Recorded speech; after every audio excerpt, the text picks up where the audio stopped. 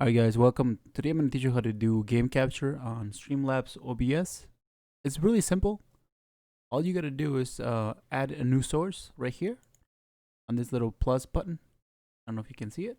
Then you're going to go to game capture.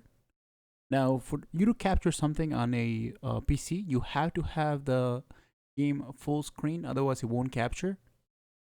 If for some reason the game does not show up, so let's just do this for fun. Let's just add it. Let's pretend that it's added there. And let's say the game is not showing up, right? I guess it's one of those games that you cannot capture. So what you want to do, you're going to go to properties. You're going to capture a specific window. Let's say, for example, we're running Destiny 2. And Destiny 2 wasn't showing up at all. You're going to click on it. You're going to select it. And bam. It should show up next time you go back to it. It should appear on your screen once you exit this. That's about it.